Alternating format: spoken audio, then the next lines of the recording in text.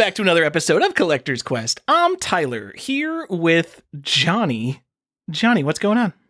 You know, not much, Tyler. Ready to record and do this with you. It's been a long week. It's the end of our financial year coming up, so I've been crazy busy, but I'm ready to get into some fun times with you. All right, I will pretend that we're about to talk about your finances, and that's the reason we had to restart this episode, but actually it was technical issues on your end for once, and not just because the episode started out really boring. You know, people would think that it would normally be like, I might be the technical issue guy. It's normally you, though. I've never had this issue before. Side effect of running Linux. All the technical problems are your fault. Yeah, this one, I don't literally have changed nothing, and suddenly it was doing something different. I love that. Love that about technology sometimes. All right, Johnny, I let in last time complaining about a friend who's bad at scheduling. Turns out I'm going to be at Gen Con. If anyone's going to be there, maybe I'll have time to meet up. I don't know what Gen Con's like. I do know what it's like is it's a nightmare to get hotels when you try to book it right before the show, meaning 4 months before the show, because every hotel within 7 miles is completely sold out. It's crazy. Oh, I've never nice. seen a city like this. Nice. What happened to that Japan trip? I thought you were doing that. Yeah, the same friend that we had to postpone the Japan trip because he's so bad at planning. Oh, and how often does he go to Gen Con? Is this his first time? Every year. Every year, he knows it's like this, and I think other people must either he vibes his way through life and does not care, or just everyone plans things for him and he's just kind of so chill that whatever happens, things work out and he'll be fine. This sounds horrible. I have anxiety for you. Thank you. That's what it feels like. Johnny, let's start with a different topic. Okay. Because I've been playing some games. Okay. Do you play MMORPGs? Once upon a time. Yeah, not really so much anymore. So you played the World of Warcraft. So let's played get the World of frame Warcraft, City of Heroes. You know. Oh right, you love City of Heroes. I tried Star Wars. I tried Lord of the Rings. I've tried to immerse myself in fantasy worlds. Didn't happen. You play Diablo 4, which, you know, not an MMORPG, but it's the same thing. I mean, borrows a lot of the same ideas. It's online only. It's an online RPG. That's the same terminology Guild Wars used. Like, it's not an MMORPG, but it's an online RPG. It's the same thing. Yeah. So you get it. You like the grind. You like having basically unlimited content. You like the idea of a game like that, right? Maybe you don't like it, but there are people who like it. There's plenty of people who like that shit. No, I like goals and I like accomplishing things, and our MMOs and stuff, they give you that a little bit. They give you this like, oh, you did something, but then it just becomes this never ending, like you get to the top and then you're like, I'm at the top, and then you find the tail is just so immensely long and stupid that I usually burn out. Exactly. No, that's that's exactly what I love about MMOs. It's setting my own goals for myself, specifically like a certain type of sandbox MMO, where you have to set my own goal for myself, and then there's going to be like, all right, what do I need to get here? And there's like a list of prerequisites. I need to have these quests, I need to have these gear, I need to have these skills, and like there's all these different ways to get these in the most efficient way. And no matter what goal I set for myself, it becomes a sort of puzzle to figure out. Unlike a notepad outside the game, there's nothing more I like than writing in a notebook outside the game and like having to figure something out. So the gameplay itself might be similar to like, you know, mindlessly grinding quests in Skyrim or Diablo and just like kind of doing the same thing over and over. But the planning aspect of like how I'm going to progress a character is what I love about MMOs. So even though it seems like a genre I wouldn't like, I really do like the genre. And Tiger Wolf turned me on to this game, Shore. And it's an indie game that's basically a single-player simulation of EverQuest 1. It's a single-player game where you team up with 3 bots and you go basically run through a giant world that feels almost exactly like EverQuest. My problem is I'm not really an EverQuest guy. So it's great that this guy made his game for him. I want something else. I realized there are... And so like, and then I'm like, all right, let me go find what I want. Maybe I'll go like poke around in one of the old MMOs that I like. But to like really enjoy an MMORPG, you have to be ready, even if you're not going to actually put in thousands of hours, you have to be mentally ready. Like, all right, if I'm really going to get into this, like we might be going here for 2,000 hours. And with how much I play games as an adult, like years is going to be the time horizon for that. And so I want to play games like Star Trek Online, Lord of the Rings Online, EVE Online, like these games that I have played and I know I like. But every MMO that isn't World of Warcraft or RuneScape, I feel like is 2 months away from bankruptcy at all times, and I'm unwilling to commit to any MMO like that. So I want a single-player game with the shitty MMO gameplay, but that still takes me on like a 5,000-hour unlimited journey that I have no possibility of ever finishing. Why doesn't that exist? Would you like to play City of Heroes with me? Not real. I don't. That's just it does not appeal to me at all. The superhero themed MMO.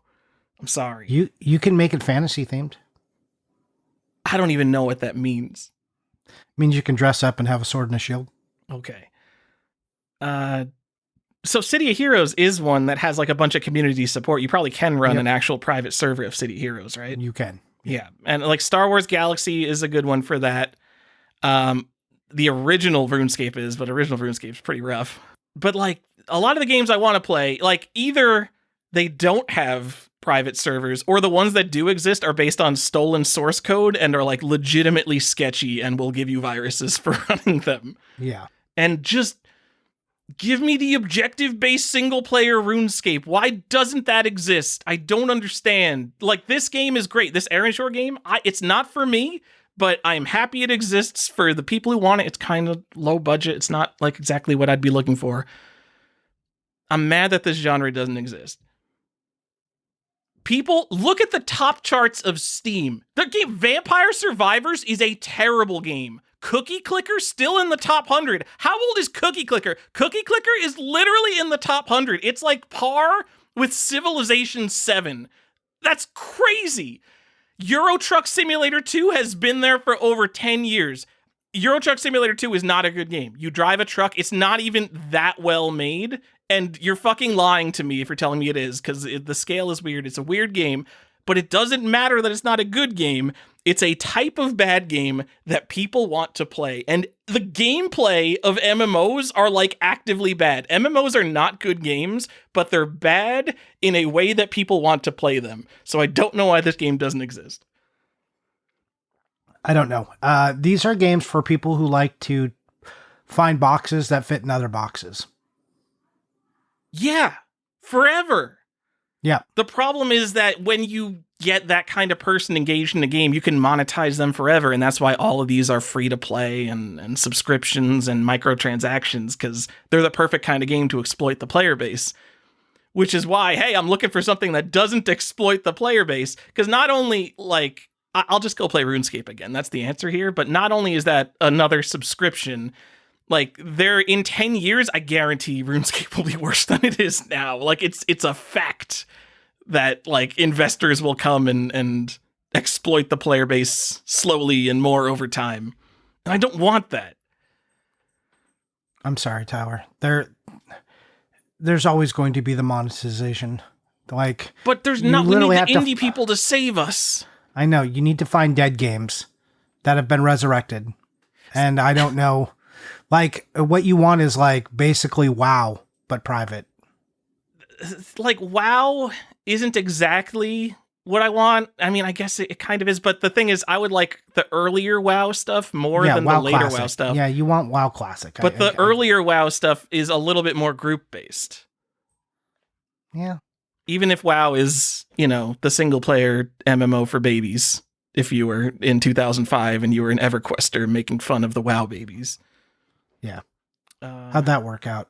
Sorry, EverQuest. hey, EverQuest is one of the ones that's still around. That game's got like 35 expansions or something. Yeah. Yeah. I'm just saying, WoW, like, I just remember all of the hate for WoW. WoW is so stupid. No one will be playing this in 3 years. Well, got that one wrong. I mean, they've got it figured out. They know their game is never going offline. And I want to play a game that is going to go offline. Yeah. All right. Have you considered buying a server blade and just spinning it up all by yourself? I made a list of the games that do have like self-hostable servers, and like there's not a ton. Like I thought, like because there are so many private servers, but so many of them are made by like small business developers who don't open source their code. So you could go and play, I don't know, Dark Age of Camelot, but that doesn't mean you could just go to GitHub and download a Dark Age of Camelot server. It might be that just this one company with 4 developers has created a Dark Age of Camelot server that you cannot use, but you can pay them to play on their server. No. Wonderful. Exactly what you're looking for. The closest, so Star Wars Galaxies is probably the closest thing to what I want that I actually can go download and play. So if you wanna jump on my Star Wars Galaxies server, maybe I'll try that out, Johnny. Maybe. I haven't played Star Wars Galaxy since the first year it came out, and I was like, wow, this is kind of miserable, and then I stopped. Oh, okay. Fantastic. See, I kind of like bad games though. I want to walk around a town square that's like 100 times too big to be realistic and go to a terminal and get a quest, and the quest tells me to kill 17 monsters until I get some like the shit MMO gameplay. Well, the problem with Star Wars Galaxies was when you started, they're like, by the way, you're not really going to be a Jedi. You're just going to be somebody who lives in the Star Wars universe, and like, you probably suck. It's like, oh. You know, they added Jedi and people got mad, I remember, though. I know. Like, that's that. So it's interesting that was the complaint. And then when people got what they want, they're like, we don't want this. See, I like the idea that no one's a Jedi, but I think the ones that they emulate are after they added the ability to be a Jedi. I mean, it also makes sense that there wouldn't, like, you couldn't just go be a Jedi, but everybody's the hero of their own universe, right? So they're just like, I'm not the hero. I'm just Paul, the janitor. This sucks. Like Lord of the Rings Online, everybody is like, oh, we're going and talking to Aragorn and the elf people and fighting against Angmar. I like the idea that everyone's just a dude. In RuneScape, like everyone's kind of just a dude. You're definitely not the chosen one. Yeah, I like the idea that you could become like the chosen one, but I don't like, I feel like that has to be like kind of like a server race. Like I like the idea, you know how they do like server race, like seasons. Like I wish an MMO did like seasons, and then like whoever got there, or like 5 people or 10 people could get there, and then they could be like the Jedi for that time, and then reset. Or even just like after you've put in your thousands of hours of grinding towards the end of whatever storyline is going on the server, like then you can be a Jedi or something. Like you can't just start out and you're like, all right, well, I'm starting out as a Jedi. I don't know how I'm a Jedi. I mean, or you're just like a real sucky Padawan who just gets owned all the time because you are so basically useless. So you're basically Paul the janitor for 10 years while you're training to be a Jedi. Anyway, Johnny, make the game for me. Make the game I'm looking for. I will make you a Star Wars game where you can train to be a Jedi. But by the way, that means you're going to be a child soldier for a long time. Sorry. It's fine. I mean, I'll get to do that cool training that we saw in, I think, Star Wars Episode 2, where I get to wear the kind of visor helmet and then like slowly move my lightsaber from side to side while a little ball shoots me. Mm-hmm. That'll be so much fun. And then Anakin comes in and kills you. Oh, those are the same kids. Yeah. Bummer. Master Skywalker. Well, those kids should be grown because there's some years in between that. Mostly grown. But yeah. Master Skywalker. Blip. I hope they took all the pieces of those kids and put them into their caskets so their caskets would be complete in the box. Yes. I too would like them to be CIB. Hey, Johnny, we're talking about complete in-box video games. Now that I've complained that no one is making an MMO for me for 10 minutes. That was a transition rougher than the usage of the word CIB or a phrase. Is that where you want to start? Mm-hmm. CIB. CIB. Well, you can tell me. You can tell me about it. That's a phrase. What does CIB mean in case someone doesn't know? I don't think this is a debate anymore. I think this used to be a debate. I think that the edges and the fringes of this debate died out a few years ago. But like 10 years ago, you would still maybe see some of this. But I think everyone kind of agrees it's complete in box because when it was cart instructions box, or when there was a debate on whether it was cart instructions box, it's because people were buying collectible video games that were only cartridges instructions and box. Now, I would argue the vast majority of games people buy, or at least half the games people buy, are discs. Disc instruction box. But now if you're a modern collector, like for Switch, it would just be CB. Because they don't give instructions anymore. And see, I used to use it as cart instructions box, and then I would say, if I didn't have the instructions, I would have all my games for trade, and then I'd be like CIB, and if this one was missing instructions, I would say CB, and then the loose ones would all be C. Yeah, it makes sense as it makes sense as an abbreviation. I understand where the confusion came from, but there was confusion. I agree with you that has kind of gone away. We all agree now, and if you don't, you're wrong. It is complete in box. Which, here's an interesting thing. I read up about this because I was like, where did this stupid term come from? And apparently it started in like some Usenets, like early bulletin boards when people were advertising to sell their games. And it went on and got into eBay. And especially because eBay, remember when eBay first came out, when was that, like 98 or something? I think I started in like 99. But you could only put so much in your title. Titles were really short. You had to be incredibly brief. I mean, you're still pretty limited, but it was even shorter back when it was Auction Web. Oh, it was so short. So CIB would tell people that it was complete in box. So that it kind of became a concession to that, to let people know in their headline, like, oh, this one's complete in box. Because writing out complete in box was many more letters than just CIB. And then people used it wrong forever. And then now eBay is a wasteland where people still write CIB and they're like missing manual. And then I want to die. And then we get to, I think, our real topic today. What the hell does complete in box even mean anymore? Well, like, hold on. Before that, I like the history of the terminology, but didn't it come from Toy People? Because Toy People say mint in box. Yes. So it was Yeah. So MSIB and MIB. Yes, it came over that. So like there was already conventions in the world that existed. So they're like, oh, what does this mean for video games? And we adapted it over. It makes so much sense for video games to build upon toy collectors because people have been collecting, what toys forever, whatever, Japanese robot toys, G.I. Joes, you could pick any decade, people collect toys from it, even go back to like trains and stuff. And they use terminology like mint in box. And for whatever reason, video game collectors didn't exactly follow that, and we went with complete in box, which is actually more descriptive because mint in box is a ridiculous term because nothing is mint in box. What are you talking about? There is almost no toy is mint in box. It might be near mint in box. It's so difficult for anything to be mint when it's a 3D object. Yeah.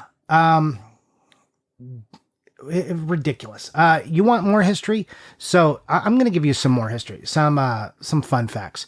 So print ads and like magazines, Nintendo Power never described games as CIB. That was not a thing that was done. Retailers never did this. So like Babbage's, EB, this is in like the 80s and 90s. Nothing was ever described like this. So game magazines, retail stores, print ads, nothing there in the 80s or 90s. Like I said, in the mid 90s, people started using complete. And then, as we started getting into abbreviations and people were writing too many things, that's where we got that CIB. And, then we got to the mixing. Right? There's the full history. Kind of interestingly, retailers have never cared if your game is complete. To this day, if you trade a loose Switch game into GameStop, they'll give you the same price as if it's complete, which is stupid. Why do they do that? I don't know. Well, I mean, a lot of video game stores, even like, used video game stores, like, didn't put that much of a premium. They would like knock you like 10% or something, remember? And now they're coming around. Even places like Game Dude used to like not care. I was telling you about this when you were here. Like if it was in the store, the price was the price. It didn't matter if it was complete in box or just the cart sitting there. It was one price. So you would go in there and you're like, oh yes, I'm gonna get this for the cart price, basically. So it was like this weird median price in between the two. So you, if anything was ever complete or just in box, you were getting a hell of a deal. It's funny because I've known a couple stores like that. I'd say most stores I've been to differentiated, except for stuff from like the 90s. But even the stores that do that, if you bring in a sealed game, they'll be like, oh man, this is new. But then they don't put the premium on the complete one for some reason. Yeah. Or they'd go, ooh, this is new, we can't sell it. Or like we can't buy it. Like GameStop doesn't take sealed games, right? Yeah. Because you guys are just stealing them from Target. We know what you guys are doing there. Well, which is hilarious because GameStop will sell you a game that is opened and used and tell you it's new. So GameStop's a mess. It is. Can't wait for them to go out of business. So just, it will be a day long remembered. I will celebrate. We'll mark it on the calendars the day GameStop actually died. All right. Where else were you going after this then? Just like that, we are now here in a world where people use complete in box, but it doesn't even, what does that even mean anymore? We don't even agree. And the widespread nature of it being in auctions and people just doing that, whatever the hell they want to just get eyeballs on it. It's a term that's lost a lot of meaning. And also, what is it like? I wanted to get into the nuance. This was a discussion we were kind of having on the Discord. Like, when does your thing become CIB? When is it authentic? What is real? How do you build a CIB? If CIB is pretty much the collecting future, right? Like we won't say the future, but if it's going to be the foundation of collecting going forward, how do we define exactly what will be in a complete in box and what are the rules containing that, right? Like, what can you do? Because what can you add? Some people will be like complete purists. It's like, if it's not the original cart that was in that box when it was bought, that game is trash. I don't want that one. We got to have all original matching parts. Some people like ourselves are like, well, this is all kind of mass manufactured as long as, a cart and an instruction and a box in there. And like some of the components, like that's good enough to be complete in box. But now we're getting into more refined collecting. So now we're like, well, does it have the right codes? Is this the made in Mexico one? Is this the made in Japan one? This one doesn't have this. This is a first print. That's a second print. This one has a black and white manual. This one does not. So as we've evolving, CIB and what exactly will truly make your game CIB is becoming harder to do. And I think as grading companies, that we've talked about how sealed games are just going to run out for at least older systems. If what people are going to have to put a premium on is how complete is complete in box. And that's kind of where I want to go. All right, let me start out then, Johnny. I think if you have any cartridge, any manual, any box, or, whatever, any components that vaguely go together. So, all right, let's not put a player's choice box with a regular card. Nothing stupid.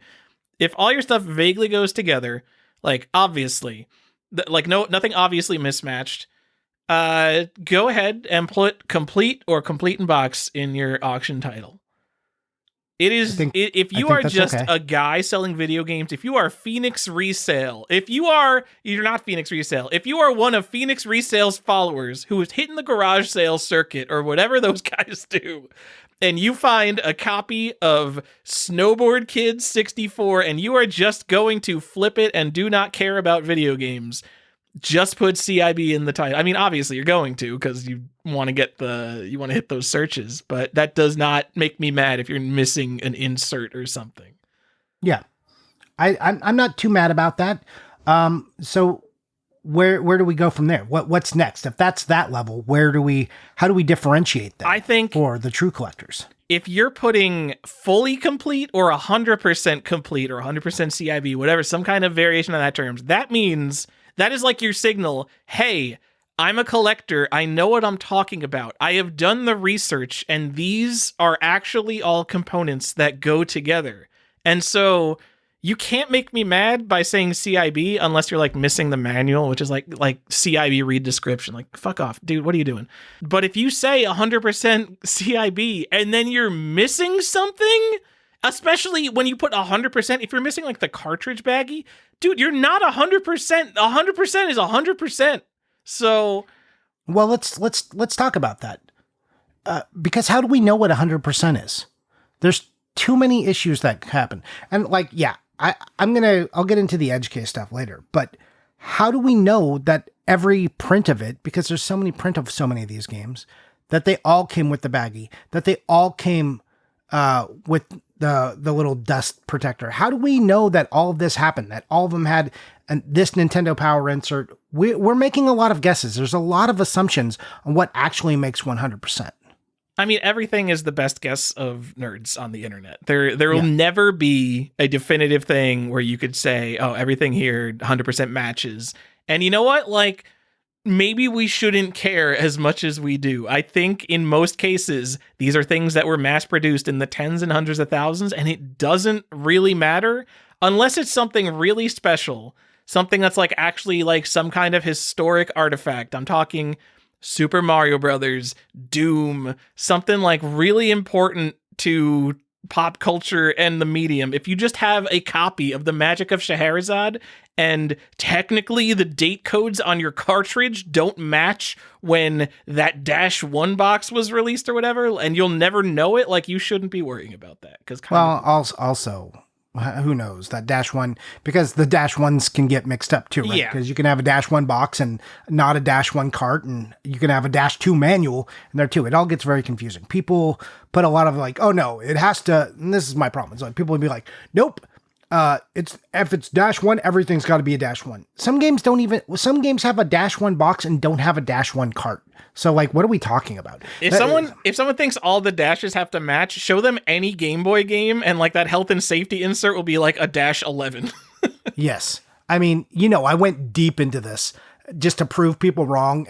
Like, went as far as going into other countries and what these codes mean. Like, all the dash means is there's been a revision to that piece of material. That's why each component has its own dash, and that's why you can have mixes. Because they can modify the back of the box, and they'll put a -1. They can modify only what's on the cart and put a -1, but never have modified the box, so it won't have a dash. That's what that means. For anyone who is not informed on how this gets. It just means a revision has taken place to that particular piece of the game, not to the whole. All right, Johnny, I want to take a step back. Sometimes we get into the weeds a little bit. Yeah. Every Nintendo game through maybe GBA, or maybe they're still doing it, has a code on the manual, the box, and the cartridge, and it'll be like NES-SM-USA. And when they do a revision that they consider large enough to that component, they will put a number at the end, like -1. Then the next version will be -2. We're weird collectors, so we'll be like, well, actually, there's actually 4 different revisions of the -1. But, yeah, those codes do not have to match between the 3 components, is what we're saying. Yes, that is accurate. And the same thing with date codes. A lot of Nintendo components, even if their inserts have specific date codes on them, they are usually in YMMDD format. So they are 5 digits. The first digit is the year, and so that will be a year from like 1985 to 1994. So if it's a 9, that means 1989. If it's a 2, that means 1992. It's the last digit of the year in the reasonable range that would be in. And those date codes between all the components do not have to match. A lot of people like when the date codes are kind of near each other, but we're still just kind of best guessing there. We don't really know that that's what would have been pieced together exactly at the factory. Correct. And video games, not just Nintendo, but they have multiple factories and multiple lines that they're running on. So what can happen in a factory line is if they're missing one component that is not essential to the game, not legally required to be in there, like a Nintendo Power insert, or they only have the old Nintendo Power insert, but they've just changed over to a new one, but they're out of it or whatever. Or most of the carts have -1s now, but this part of the line still has the non--1s in their line loaded up. These things can all be generating out at the same time. So you might get a box that just doesn't have that. And some games like in their reprints, suddenly didn't have a map or a poster. That happened a lot on Super Nintendo. And there may not have even been a revision for that. You just know that the later copies suddenly just don't come with the piece that you think it's supposed to come with. Here's an insane one, Tyler. And this is going a little bit off, but Judge Dredd. Do you know this game? Did I send this to you? Did you send it to me? No, like the pictures on the Genesis and the Super Nintendo. Yeah. Do you know what's on the little splash that's on the front of most Judge Dredds? I don't remember. It includes an AOL disc. That's what it is. Oh, yeah. Okay. Yeah. So here's this insane thing. And I found this out from our friend Josh Byerly because I went down the rabbit hole on this. So what happens, and this is kind of insane, they put the AOL disc in a little cardboard sleeve, but they made it exactly the same size as the back of the Genesis box and the back of the Super Nintendo box, unique to each one. And then they printed the back of the box on that sleeve. And then they pasted it to the back of the box, so it just looks like the back of the box. That's all fine, right? That's fine. That's fine. No big deal. Okay, they did a thing. That's kind of crazy in itself that that's a component that could be there. Here's what's crazy on the Super Nintendo. At some point, they stopped having the AOL discs. So they just kept going and sealing them, but they had plenty of boxes with the splashes still on them. So do you think they killed production and said, nope, we're not going to send this Judge Dredd out anymore? No, they just sealed them up and went out there. So you can find sealed Judge Dredds that says AOL disc included printed on the box. There is no AOL disc on the back of this box. Sealed. Not fraud. It's not a reseal. Real seals. And that thing isn't there. At least a couple people were probably mad about that. I'm sure they are. I'm one of them because I was trying to figure this out. I'm like, oh no, I mean someone bought it and they're like, damn, I couldn't get 5,000 hours of free AOL. Oh yeah. Back in the day, I'm sure that was actually a thing that happened. But yeah, that's just an insane thing that's out there. So factories aren't perfect. Okay. I know everyone thinks, not everyone, but a lot of people think that factories, well, it's made in a factory. So factory means that it's just this set of standards that makes everything uniform. And yes, for the most part, that is accurate. But a lot of times factories are just lines. It's not all completely computerized, especially back in the 80s and the 90s. People make mistakes. There's something called a defective rate that most factories have. Sometimes it's a critical defect that will stop that item from going out. Other times it's that's not a big deal. A label got put on backwards, Tyler. Well, we can let those go out.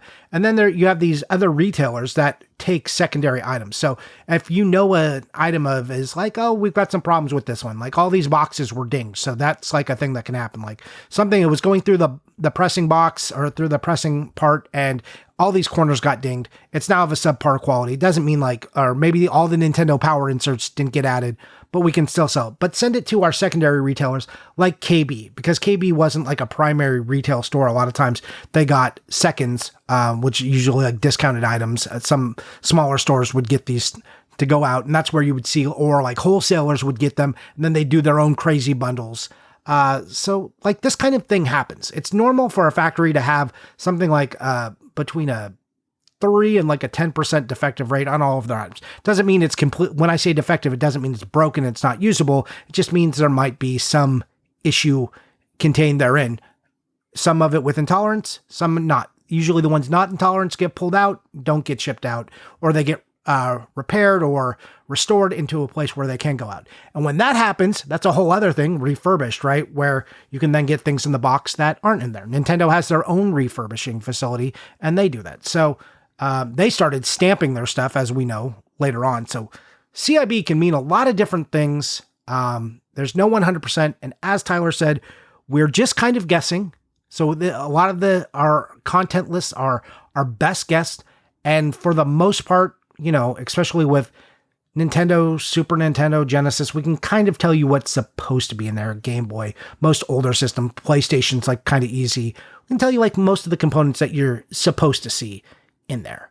And it's simplifying as we go further, because now it's really the only things you're going to see in there is, unless they put a little advert for something that they told you about on the front of the box. And now it's just the cart and the case, or the disc in the case, because manuals have gone away and people don't want to pay for any kind of advertising because they can just do that on disc. It is annoying, but it is kind of refreshingly simple. Knowing that you can just go buy a Switch game and it'll be fine. Yep. It's going to be so much. And when we talk about how it's easier to get 10s, I know we had a sticking point. Like, it's easier to get 10s because most of your shit is sealed. Everybody is in the collector's mindset, so they're keeping it nice, which wasn't the mindset of the 80s. But also, like, even if it was opened, it's going to be easier to get a 10 because you have less components to grade. It's like cheating. Kind of. It's like so much easier now than it's ever been. Like, you've opened a Nintendo game. It is origami to get everything back into a Nintendo game. I don't even know how they did that. And they did it like by hand. It's crazy. So if I had to take a freshly opened Nintendo game, get all the components back in, I'm definitely dinging that thing. So yeah, just Joe's really good at it. It takes me a long time, even if I'm like watching a video on how to do it correctly. It is a skill. It's 100% a skill. He is good. I watched him do it. I don't know how people get the box flap up. If they're like a really tight box, I have a little spudger that I use to get them open real slowly. I don't know how people can like sometimes use their hands and get them up. But whatever, it's not like I'm a good video game collector or anything. No, we've been bad at it for a long time. That's why we have this podcast to keep learning and telling other people to do better than we did. So let's get into it. Now that we've kind of put all the caveats in there and all my sidetracking, shall we talk about what counts now that we're in like 100% CIB land and like what's acceptable, what we can do and what we can't do, and like is it a debate? All right, Johnny. Games are only complete if they're sealed because the shrink wrap is part of being complete. Absolutely not true. Well, all right, so that's the top level, and it still has the magic air inside there. So a sealed game is a sealed game, and it is complete. We agree on that, but you don't need to have the piece of plastic on it for it to be a complete game. Sure. I agree with that. So what about if there is a sticker on the shrink wrap that's on every copy of the game? I said that, Tyler, but a part of me says, well, kinda. Like, if we're saying it is 100% complete in box. The point of us like keeping the packaging at all is to keep the fucking packaging, which isn't like a component of the game. The game is the cartridge. The packaging is just the fluff it was sold in. So on some level, the sticker on the shrink wrap is part of it. Yeah. But I'm not going to be a crazy person here, but that's something to think about. It is. So here is where I didn't do this before. And like record people do this. If they open the record, they cut out the hype stickers and they keep those because the hype stickers are part of the package, right? What record owner doesn't just put a slice down the side and keep the whole shrink wrap on them? Because some of them are double LPs and you want to open it up and see the cool inner art. All right. So, and some are triple and you have to like open that shit or you're never getting the third record out. Have you considered just keeping it sealed and using Spotify? I have. But that's not what my records are for. Okay. So I realized the moment it happened, if there's a sticker on a game, I will now cut it out and put it in the box. I usually put it in the manual so it's safe. And it was stupid Chrono Trigger on the DS. That first print has a poster sticker on it. I remember opening it and being like, oh, I want to play this. I'm like, that sticker though. What do I do about this sticker? I'm like, well, if I peel it, I'm going to rip it. I mean, I could take a heat gun to it. I'll just cut it out and save it. And that's where the madness begins. No, I'm 100% the same way. I will absolutely cut out a sticker and throw it in the case, especially because there's nothing in cases anymore. Yeah. You get a little thing in there. It's like, oh yeah, I got a little bit more than everyone else. Yep. I at one point I used to remember when they used to have like cases that were pre-order cases. You would bring the case up and that was your pre-order and it would have like different art sometimes on it. Yeah. I used to keep those with the game. I'm like, well, this game is now complete because it's got all its things. Yeah, those are insane. Cool. I've only got like a couple of those from back in the day that I got. I remember I got like the Watchmen pre-order thing, like like a little $5 thing you got at Best Buy that you had to bring in. Yeah, there was some good. I had like a couple. There was like a Guitar Hero one with a shirt.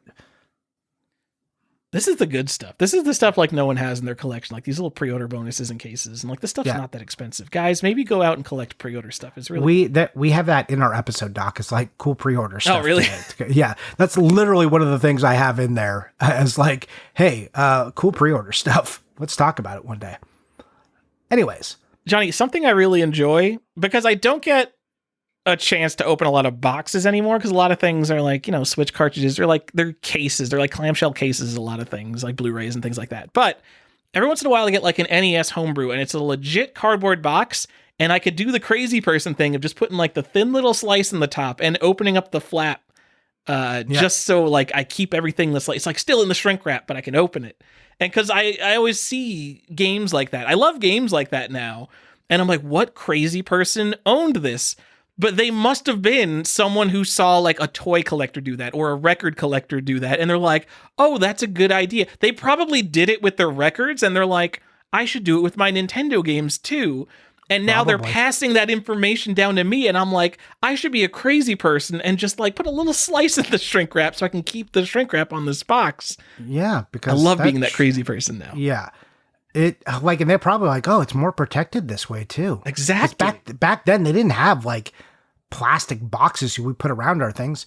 Like with the level of crazy are now, I'm like, well, should all of my PS1 games have a protector around them? And I know some of you got those. I know some of you are in there with your PS2 games and your PS1 games in box protectors. And I want to say that's crazy, but also I get it. You know what? No matter how clean my games are, it like feeling the plastic on like a nice, clean, never scratched or anything box protector, or even a baggie. It is kind of nice. It is nice. I don't like my manuals and stuff in baggies though, because I don't like the way they fit in the box that way. I don't like that. It probably keeps them a little bit more upright when they're all together to prevent getting bent. Probably. And since all of my boxes definitely aren't 100% complete, there's probably room, but I don't like it. Oh, you mean like in the box itself? Yeah. I'm not crazy. Yes. I'm not going to put a manual in a baggie inside the box. Here, we're in the complete in box episode. Don't put extra stuff in the box. What are we doing? Unless it's like something that should be with the game, like the sticker that you carefully cut out from the shrink wrap. Yes. Or the the Elephant Mario trading cards. Yeah, that's a perfect thing. Or if there's a small pre-order thing that they give you, that's what I'm saying. Pre-order cards. Put it right in your box and you'll feel great about it. Do you need the sticker for it to be 100% complete? We didn't answer that. No? Nice to have, but not essential. Even for 100% CIB. No. No. So, at some point, like this is going to be a point later in the episode. We bring this up a lot. At some point, if you are overthinking it to the point where you're like making spreadsheets and referencing date codes and stuff, like just become a sealed guy. Like every sealed guy hits a point where they just decide they've gone off the deep end and they will only accept the absolute best, most complete thing. And like, if you are putting in all the work to try to figure out the perfect system to make sure everything's 100% complete, just don't bother. It's not worth the effort. But Tyler, maybe it is worth the effort. I mean, it's fun. I think what's more worth the effort is having other people do the best job they can and then just stealing their work. I mean, I have definitely put in effort into things that I care about in game collecting, and there's plenty of stuff I'm also like, man, I'm happy Joe is doing this, so I don't have to be the one who's doing this. Yeah. There's a level of crazy. Let's talk about, well, let me ask you another thing. Let's go down the rabbit hole a little bit. What if the game says what if it was a sticker on the box, right? Or say something like a movie ticket. Because there's a lot of these, and this is what I found out in my Spite adventure, that I went down that road, that the sticker would just be on the box to tell you a movie ticket was in there. And if you don't see a sealed one, it might only be from a particular retailer for a very short time, that there's a movie ticket in there. So they might use the same UPC. So you may not even know that it's not complete. Do you need to have that movie ticket in there? If it has the movie ticket sticker on the box? If it at one point had the movie ticket sticker was on the box, but it was just on the cellophane. It was on the cellophane. Okay. Removed, right? Now the UPC, the second print of it, it was exactly the same, but the second print does not have it. But you can no longer differentiate that because there's no sticker to tell you that the movie ticket's supposed to be there. But you know that your copy was a movie ticket copy, but it's not in there. Can you call it complete? Yeah, who cares? If it's the same thing as the second print, then yeah. Okay. See, this goes back into the thing where if that would psychologically bother you, knowing it is the first print, but it doesn't have the movie ticket that the first print should have, even though the second print is identical, but you're thinking about like, these look the same. These look exactly the same. They have all the same characteristics, but one is actually 1 year older than the other and should have had the ticket. Like, if we carbon date these, if we had the technology, this should have the movie ticket. If that's the kind of thing you think about, just buy sealed.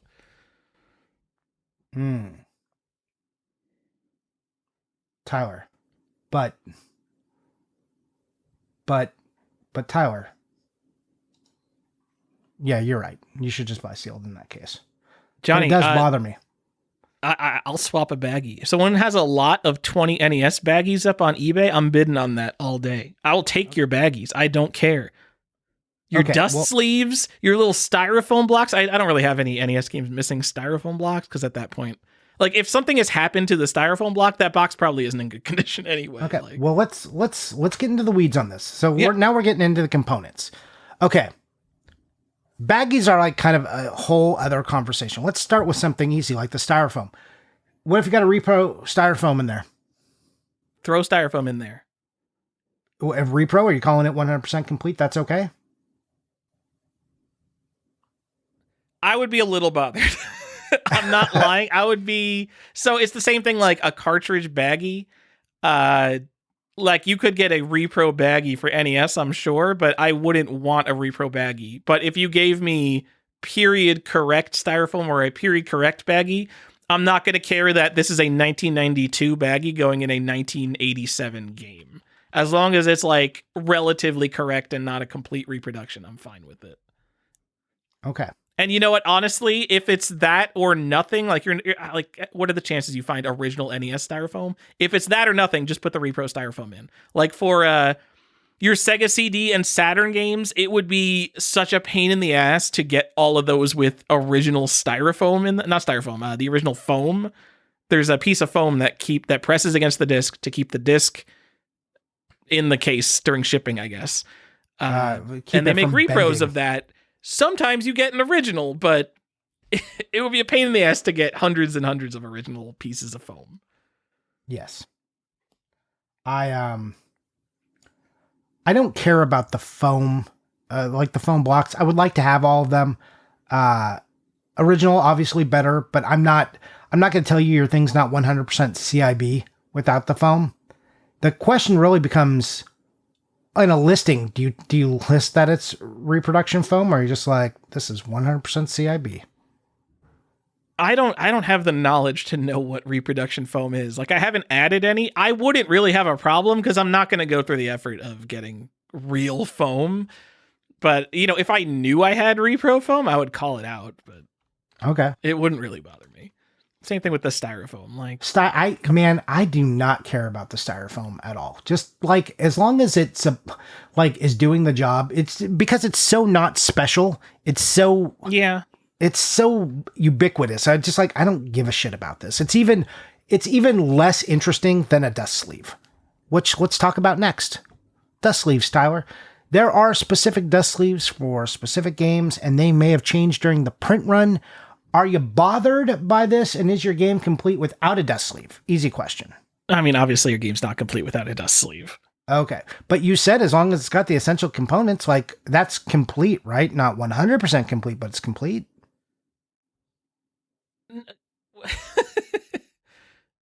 Who's selling an NES game without a dust sleeve? They're so Lots easy of to people. get. Lots of them, Tyler. What are you doing? Lots of people. Do not put 100%. You could, sure, it's complete. You could put CIB. You could put complete. If you say 100% complete and you don't even have the fucking dust sleeve, get the fuck out of here.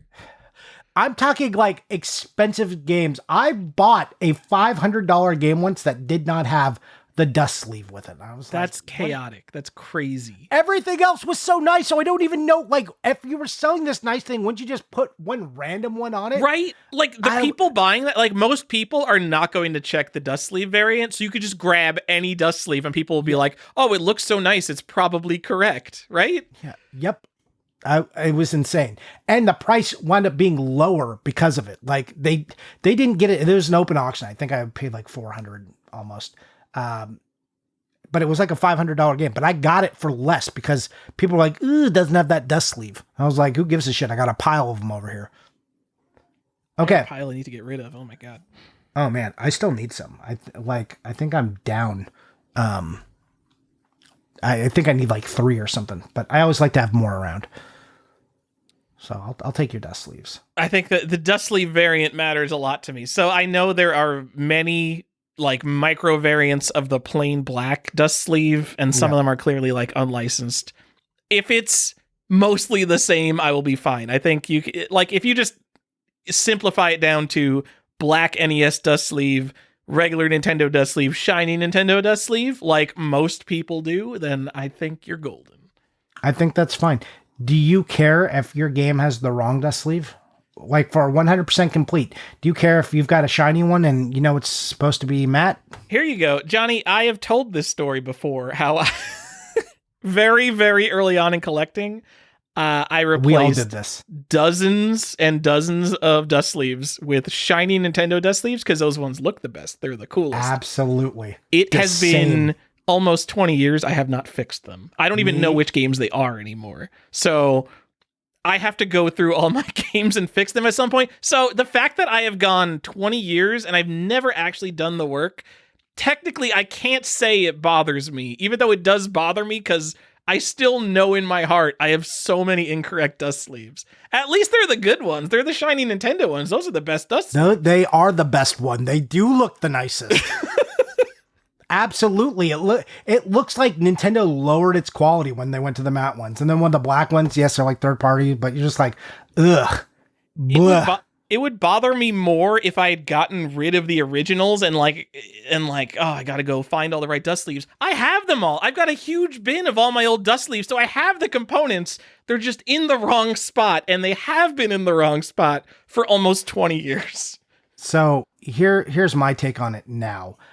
I would try not to buy one with the wrong dust sleeve, but it's never going to stop me.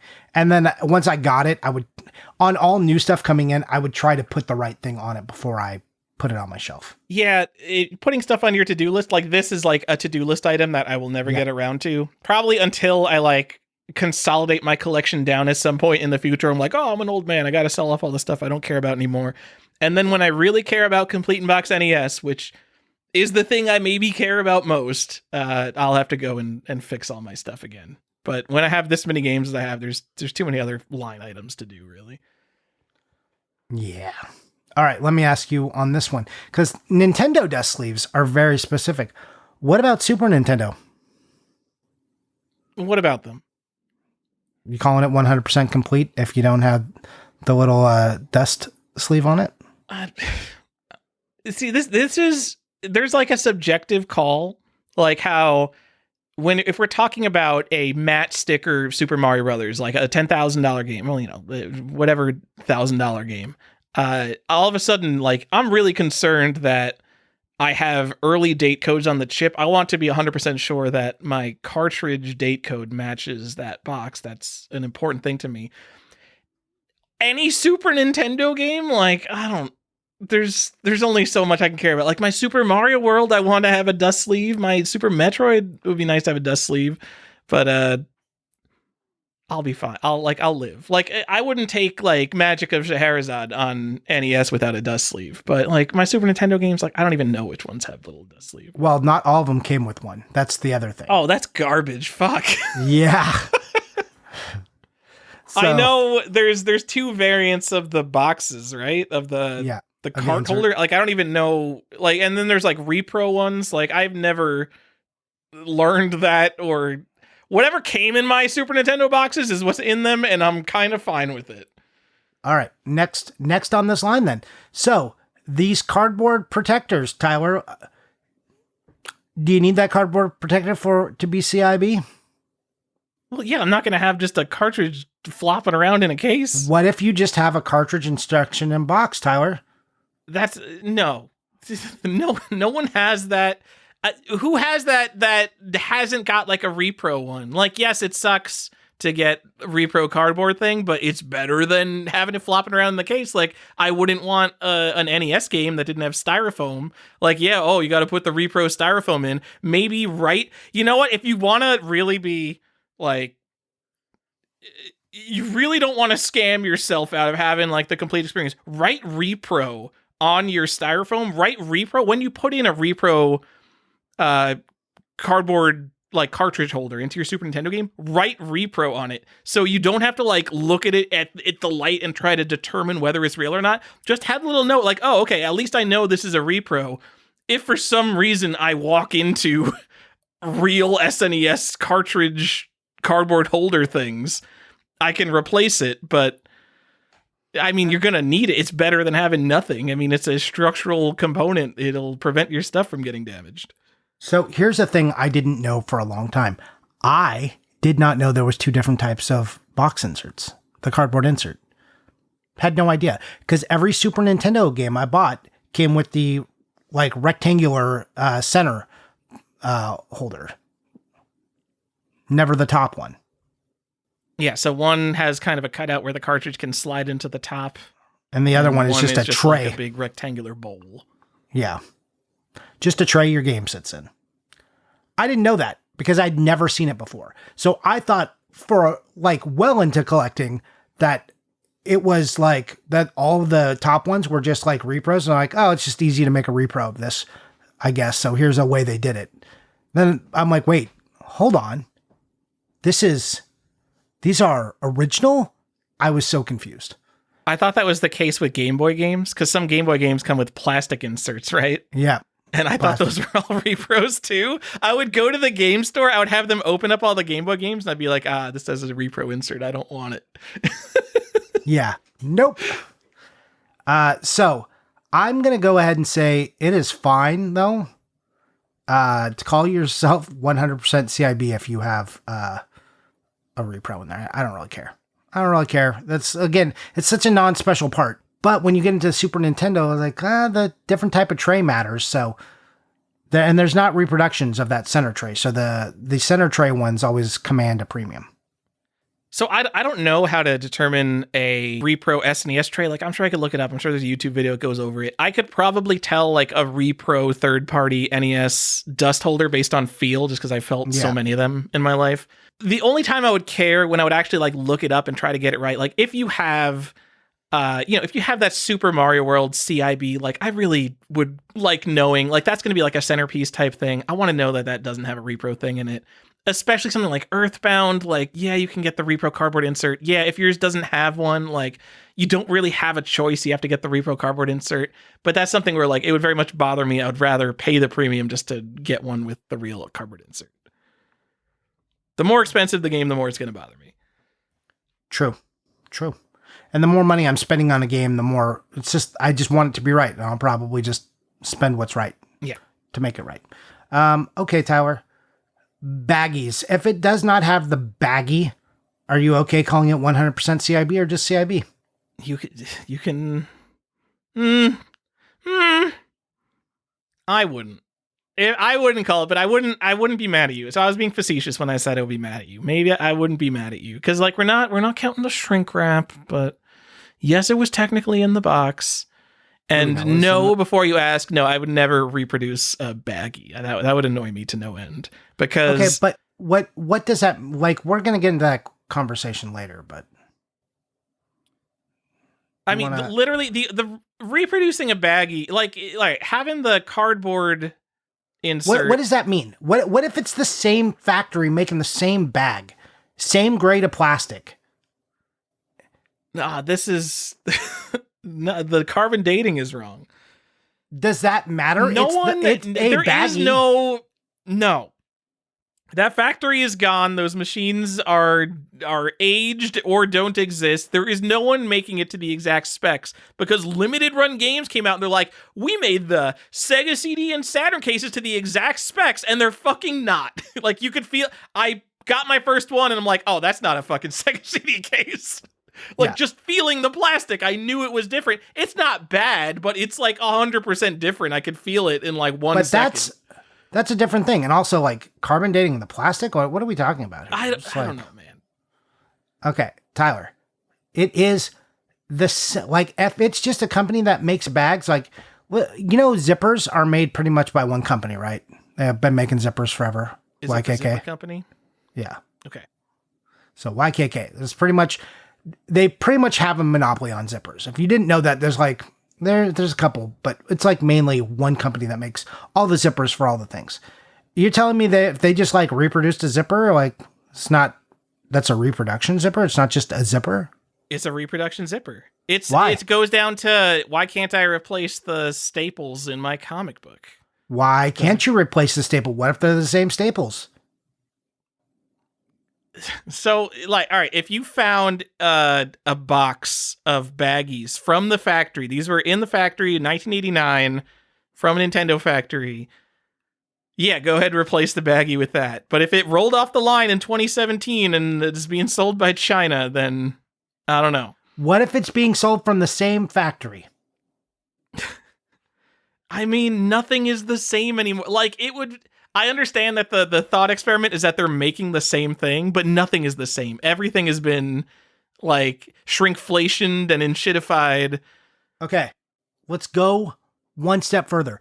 It's a baggie from 1992 or 94, whenever the last NES game shut down, and you put it on a 1985 Nintendo game. I mean, I definitely do that. Like, I've bought baggie what is lots the and done difference? That was made later. It's still of the right era. How do we know? Because it came in a baggie lot. Machines? What if they changed the machine mid-run? I mean, if I cared that much again, it would get sealed. Oh, I know. I mean, all right, if I see a lot of like 20 NES baggies, they're crinkled up, they're old, they're from a seller, and you click into them and they're selling nothing but Atari and NES games, those are real baggies.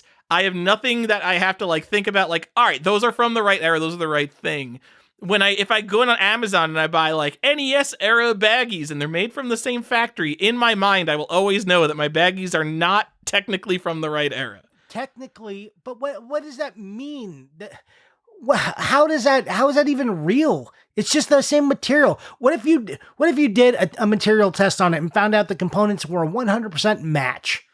I mean, the only difference is the exterior aging from just sitting in the shitty atmosphere. But sitting in a shitty atmosphere, like if it was sealed someplace nice, none of that would have happened to it. So you would see these beautiful bags. If someone kept them hermetically sealed, you'd be like, oh, those are beautiful. They must be fake. It's the provenance of the baggie. Wayne Gretzky's T206 Honus Wagner is worth more than an identical T206 Honus Wagner because Wayne Gretzky owned it.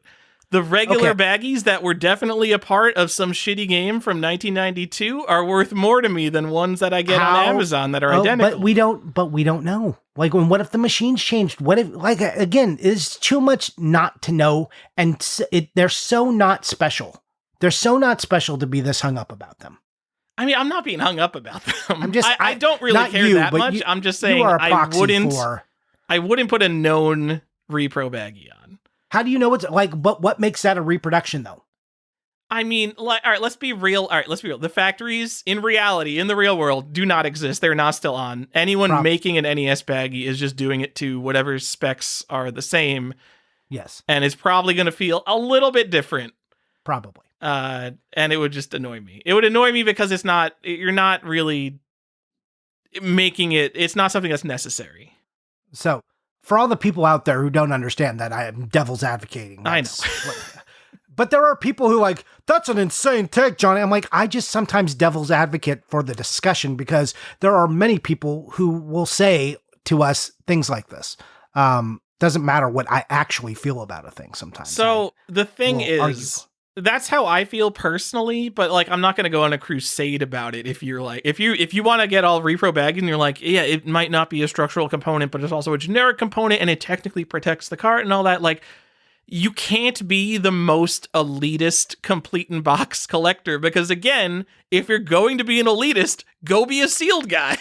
There's like no point in being king of the middle here where like you have cart, complete in box, and sealed and like, well, you're the greatest but you're not a sealed collector. Like, I don't understand where does the elitism really get you. I don't agree with that because there is a type of collector, and myself included, who could go get sealed. I could go get sealed graded stuff. It's not, I just don't like it. It's not really for me. And I like to be able to open things up and look at them. But if your thing is that like, oh, I'm the complete collector and I look down on everyone who doesn't have games that are as complete and correct as mine. Well, I don't know if they're like, I think there are people like that, but some people are just like, I would like this to be getting it as close as to where when it came out of the factory as it could. And I can't really do that. And who knows where there's not enough baggies in the world to get like, so I bought some that are very close. I'm not taking exception with that. All right. They just want their stuff to look nice for them. In your heart, you'll know you got it on Amazon. But again, I don't know if that matters. Because it's not a special part. It's like being hung up about the cellophane. You took that cellophane off. Did you throw away? Well, it's never going to be real complete. Now, you couldn't reseal it. That would be fucking insane. But I don't care about that cellophane. Johnny, what if this used to be a hot topic? I don't know if people even talk about this anymore. What if the cartridge, I got a cartridge, it was shipped in the mail. It's a Snow Brothers NES, and the back got a chip in it because they shipped it in a bubble mailer. Oh, can I swap the back of that Snow Brothers with some other cartridge? If you make sure that the backs and the date stamps match, yeah. But then it's not the same object anymore. But that's also kind of a generic piece, right? So kind of, yes. Not exactly generic, but that's would I consider that a repair? I wouldn't consider that a repair. But I get what you're getting at. What do you mean? What are you talking about? No. Like, it's not like you could consider a repair or restoration, but there would be no indicator that this has happened. There would be no way to tell.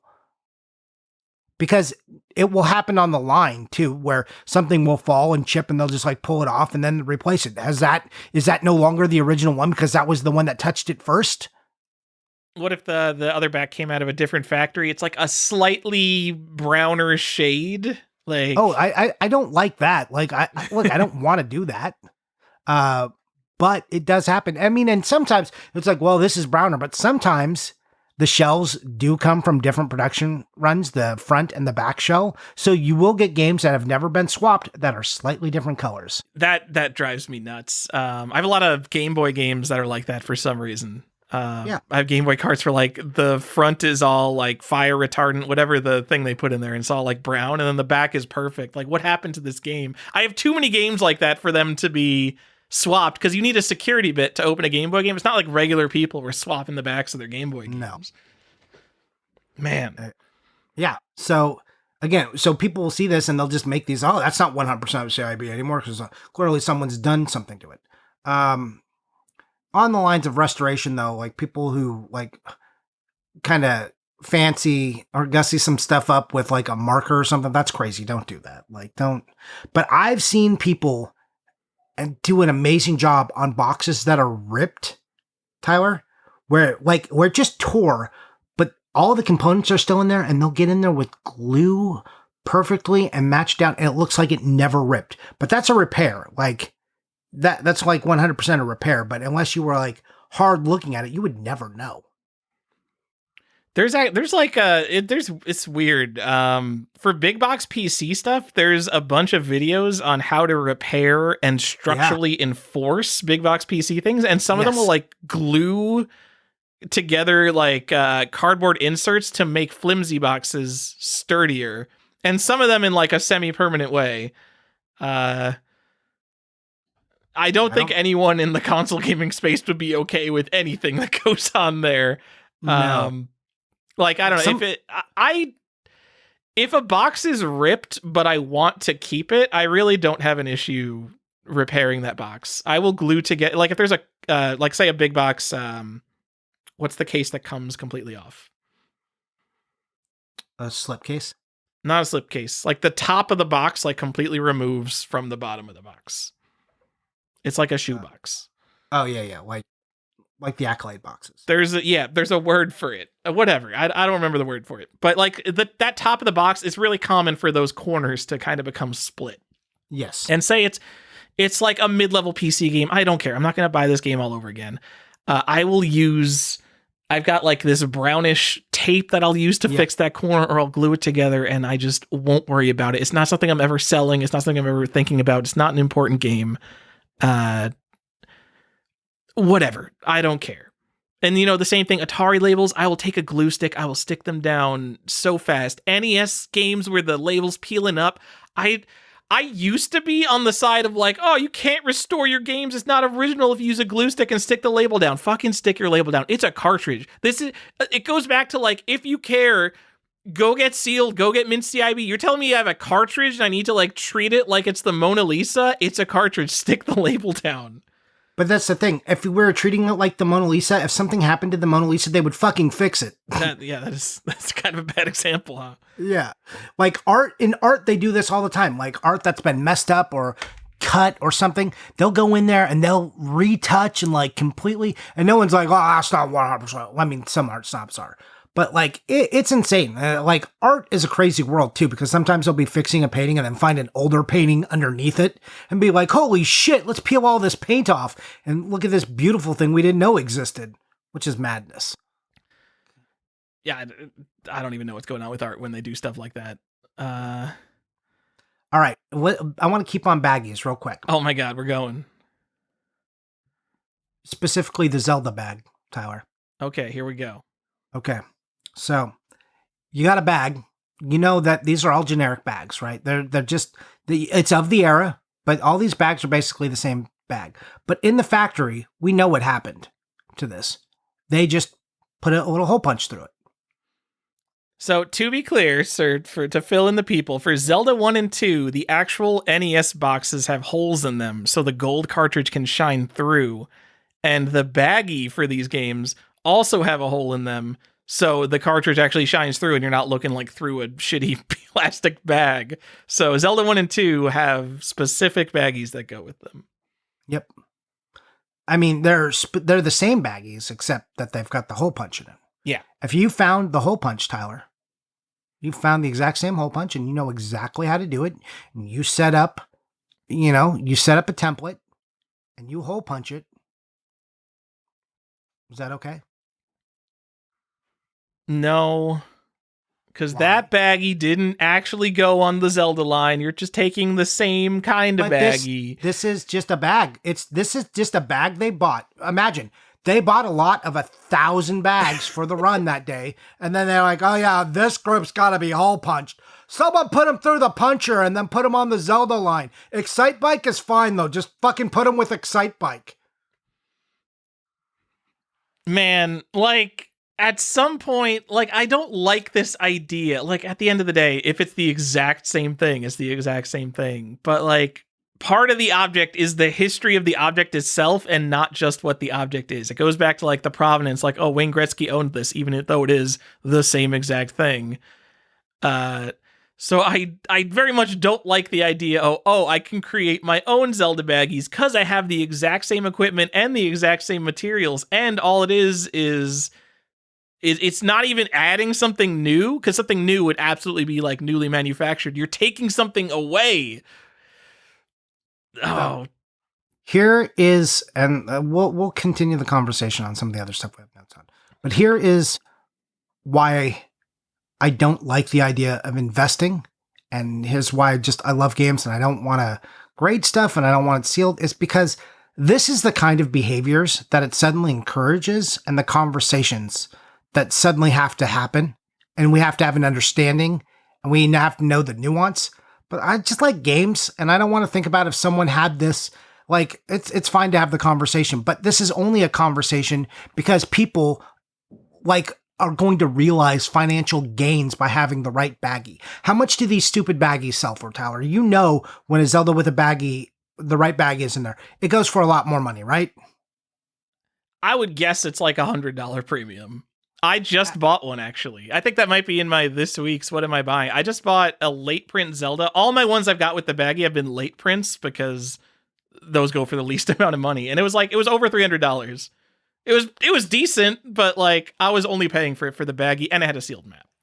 Yep. So I was just buying the components. Yeah, small seal though. Small sticker. I'm sorry. I know it's not the good one. I can't put it in my first print Zelda. Yeah. So yeah, that's like it's like a thing. I don't love these kinds of things that just happen again because we have to. It's become a money thing, right? It's not because someone loves it so much that they want to do this.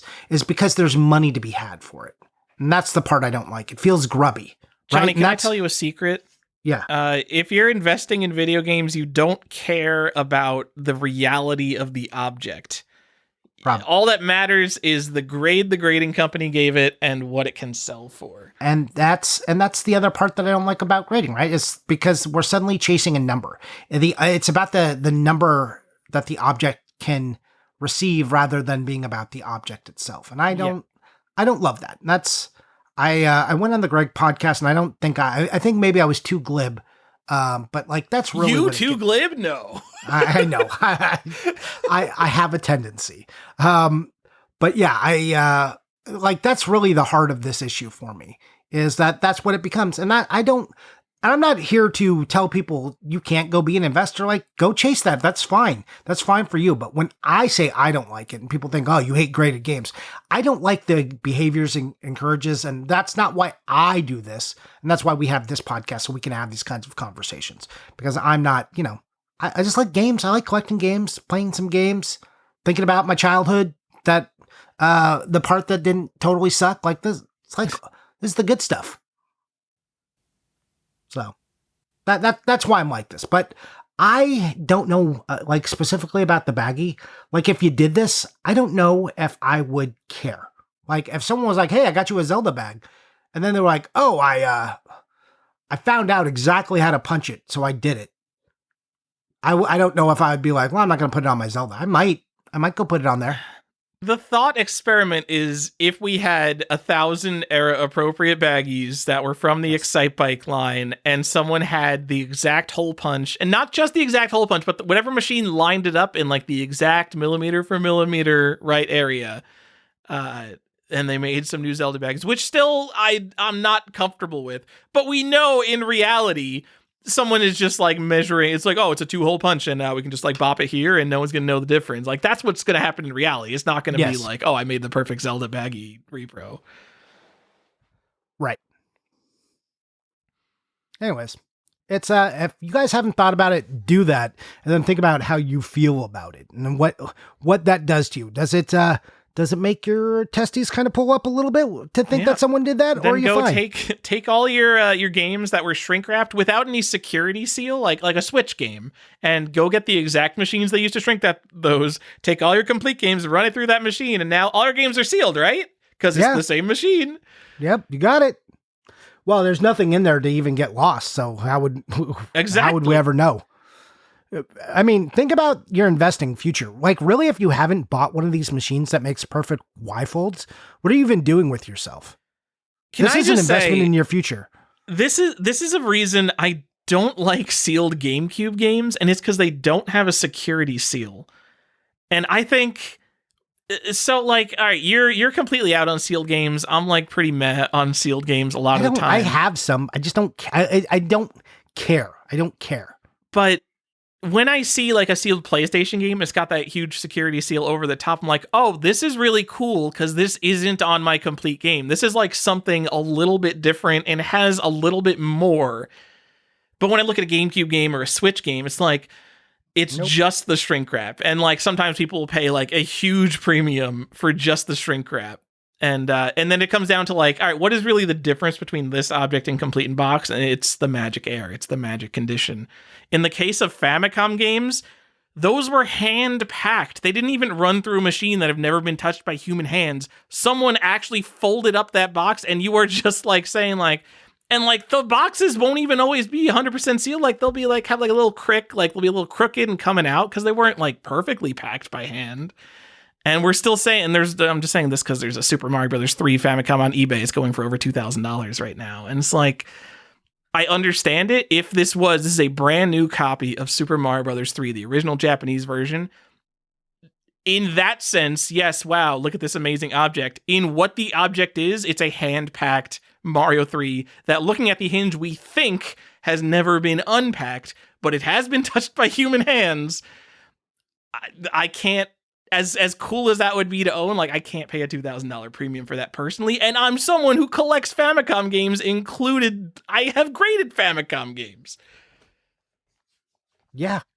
Sometimes like I get like caught up in the hype of like what an object maybe kind of represents, but a lot of the times I'm just like, well, what really is this at the end of the day? It's a slightly maybe better complete in box because the hinge doesn't have as much wear on it. And that's the thing. And a lot of these Nintendo games too, that were on the line, a lot of them got touched by hands too. So it's not without human touch. Things happen. And that's why I went into the whole thing about like things that go on in the factories and like, what does 100% mean? But can we do a quick rundown, Tyler? Yes. Okay. So sealed, the highest level of completeness. It's Schrodinger's game at that point. We don't know if everything in there. So great. 100% CIB, sealed, great. Easy.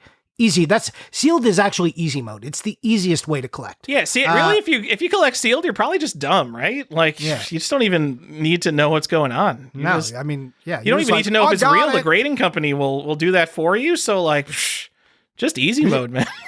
just checking the box. Like, how dumb do you have to be? Yeah, fucking plebs, get over yourselves. You guys are acting like you're elitist, but you don't know anything. You just bought a thing. It takes real effort to go find the right manual. That's a -2 that goes with this box. Yeah, really? The smartest collectors are those who buy incomplete games and then put them together. Yeah, absolutely. Like us, Tyler, the smartest ones. God, sealed collecting is so much easier. We're so stupid. Okay. 100% or CIB. We're fine calling a game complete in box if you have, and this is just basic resellers and flippers, and like you don't got to get in the weeds. You're just checking it off your list. You got a cart, you got your instruction, you got your box, and you have the other components that should be in there with a game.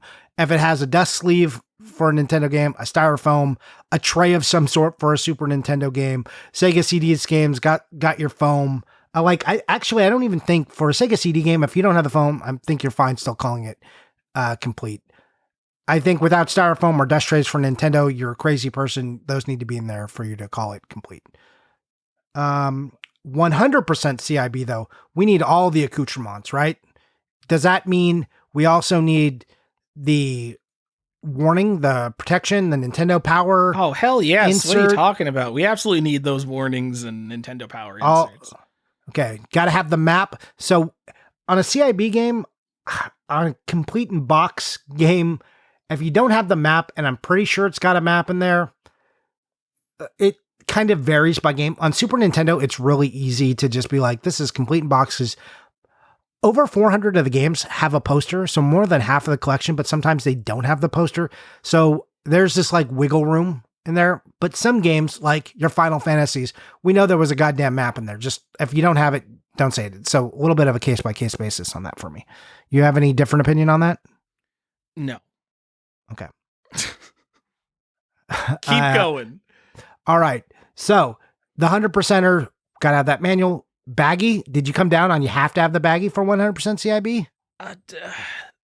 It's like a subjective call. Like, if I'll feel better about putting 100% complete with the baggy, but it's kind of like this thing where a Sega CD Saturn game, the foam, the second a normal person opens that up, the foam gets thrown out and it's gone forever. 99% of games don't have the foam. And kind of the same thing with a baggy. So yes, I think it technically should be in there, but like it's so uncommon to have it at this point that. The foam for me is like an easier, like that's, if you don't have the foam, it's not 100%. You can call it complete, but you can't call 100% complete without foam. Baggy, I'm a little more lenient on because that's like a thing that gets in the way of actually using the object. So I can understand why that might go away. Swapping components. You have a manual in there, Tyler. Could be a -1. Maybe you put a -1. You bought a -1 manual and you put it in there. Are you okay calling that 100% complete? It's got a manual. It's of the right era. It's not like a player's choice. I mean, I'm okay with it. Sure. Okay. 100% complete. Yeah, I think I'm all right with that too, especially since it's so hard to prove when it is. I would love for everything to be original. And if you write that in your auction, like original owner as it came out of, like, you are going to get collectors' attention. So that's cool. Do that, but I'm not going to fight anyone. What about if you switched to back? Did you ever tell me where you fell on that? If we switched to back? Man, I don't like it because like we always learn more as time goes on, or like we'll find out like some guy has been keeping notes on NES plastic and he can like determine like, actually, you guys don't know there were actually 5 different plastic formulations used in the cartridges.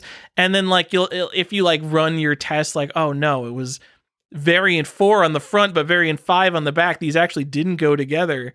Well, Tyler, you see, there are some instances where this injection molded one actually did go with this, but it was pretty rare and only with these 3 games. That's the kind of notes we get into. Yeah, I don't like it though. I mean, I don't like it. I'll deal with it. I think I can think of one back swap I've done in like my life. It was like a Mortal Kombat on the Super Nintendo. I don't like it because it's set whenever you swap something and you think it's the same, like, you know, you're matching up. There's like 3 different stickers that go on the back of an NES cartridge. You want that like late print sticker that has more text on it. You get the right imprint code because you know you got to match up the imprint codes. Not every code goes with every game. But we kind of always find out more stuff. Like if you were just swapping DVD cases willy-nilly in the Xbox era, like, oh, hey, actually turns out those DVD cases are not all the same, but you thought they were. And so when you start swapping stuff like that, it sets us up for a future where you thought you were swapping things that were the same, but then it turns out they weren't the same. Well, that future is already a nightmare because of GameStop, and more reason to hate them. It's because they took all the discs and like manuals a lot of times out of the game, and then but there was revisions, so then they just jammed them in whichever one was first when the person came up, whichever case they grabbed. And they may not all be the same. Different disc variants. On the Wii, it's really apparent because some discs are black and white and some are printed in color. And man, what a nightmare this all is. We're never going to know what's exactly right. And other tchotchkes that should have been in there, they just took and threw away because that was too much to keep rather than just leave it in the box. What about, Tyler, and I don't think I asked you this, what if it's supposed to have like some little insert, some tchotchke that was supposed to be in there? You're okay calling it complete if the tchotchke isn't in there and it's clearly labeled on the box, or no? I mean, I think like in an auction sense, or even like putting it in your spreadsheet, like I think once you got just the instructions in box, you're fine to call it complete, but like that's like a thing to check. That's like a to-do list thing that you got to get done, I think. Okay. I don't 100%. Personally, like, I don't want to create more to-do list items for myself, so I'm not going to buy anything that doesn't have an insert like that. Yeah, if you're missing Monster in My Pocket, blemye. Oh, well, yeah, that's huge. Yeah. And see, like, I won't buy that now, but yes, I'm looking right now at my copy of Monster in My Pocket on my shelf, which does not have a blemye figure in it. Oof. Ugh, oh, I'm so terrible. Oh, such a bad collector. Oh, we forgot. This is a real basic one. I can't believe we didn't even put it on the list. Just reg cards, Tyler. How are we feeling about the reg card isn't in there? Can you call it 100% complete? No, that when people are clicking your listing that says 100% complete, they're clicking it because they want to have the reg card, the advertisements, the poster, everything. But what if the game, like, what if some versions of it didn't come with the reg card? Well, then, you know what? Everyone who's clicking the 100% complete listing, all right, so if they don't care about that. If there is nuance. A variant where one had it and one didn't, the people who are like picky collectors, they either might not know about it, or even if they do know about it, they want the one that has more stuff in it. So just, it's got to have the one with more stuff if you're saying 100% complete. Even that if you could say, like, well, technically they stopped producing this poster in 1994. You could tell based on these date codes. Like, no one cares. I want the poster. That is the point I wanted to make too. So good job making it. Is it doesn't matter if even if we can get into the most anthropological discussion about it and get you to exactly, we know that this one actually didn't. When a collector is coming and they are looking, they want all the stuff in there. That might have been there. It doesn't matter that the factory, theoretically, all the defective rate and everything I'm talking about, most people aren't going to go to that kind of level. They're just going to be like, I know this is supposed to have a bag. I know this is supposed to have a reg card, a Nintendo Power insert, a phone block, whatever may be, they're going to know and they're going to expect that to be in there. So yeah, I agree with you. And that's what collectors want. Doesn't matter if not every version came with it. The best one has all the things in it. And I think we can agree on that. Yeah. Okay. Any other things you wanted to run down in that that we didn't get to? I mean, we talked about the baggy punch, but we went into that pretty well. All right. This is a thing that has become a thing in recent times. Johnny, I will buy a video game and it will come. The only way it ever comes is with the video game and then with some extra junk. And I know there are like modern limited games that have stuff like this. The thing that annoys me the most, because I have more of it, is NES homebrew. God, they love, for the special editions, they'll give you a boxed NES game and then a bunch of junk just like kind of loose in the package. So my limited edition of Legends of Owlia comes with a stuffed owl figure, and I don't know what to do with it. It doesn't fit in the box. It's this loose article that I have to keep kind of near the game, and I have to make sure these things never get separated, because the only way to have that complete is to have this together. It's the worst. I wish people would stop doing this. Please stop doing this to me. Like, what is the point of... Like, let's just, like, go back. What is the point of packaging? The point of a box is to hold all the stuff together that comes with the product, right? Right. Look, you and I agree. We are simpatico. We don't want this. I don't want to own anything that has those kind of loose articles. And I'm sorry, I know you bought, it was like what was it, an Infinity Engine game collection? They had like Icewind Dale and Baldur's Gate and stuff, right? Yeah, it was that thing. It can't, what's the one? Skybound. Skybound is the fucking company that did this to me. They do like all the Walking Dead stuff. Yeah, and it had just you got, so it was a collector's edition. It showed all this stuff, and then you got like the 3 Switch games, and then just a bunch of other junk. A box, yeah. I got an envelope with the Switch games in it, and then a box full of all the other shit. Like just not like a fancy envelope, just your typical yellow bubble mailer inside the box, and inside that box. So inside this box was the bubble mailer with the games in it, and then the box of the tchotchkes, which it could have just been one-off items I bought from their store page. Fucking hate it so much. It's the worst thing I've ever bought. Collector of the future here. You can own that complete in box, but you mustn't have thrown out the bubble mailer. That was the packaging for this game. Yeah. Oh yeah. Right. But can I go buy a bubble mailer now? Because I know they're still made the same shitty way that they have been for the last 30 years. No, that's not because it's not the actual era. Item. Damn it! I'm not going to take a repro bubble mailer for your your Skybound limited edition. God, I hate that. Yeah, tchotchkes are the worst. What about pre-order bonuses, Tyler? We talked about pre-order bonuses a little bit and how they were cool, but if you pre-ordered the game and then you lose that pre-order bonus, is your game still 100% complete?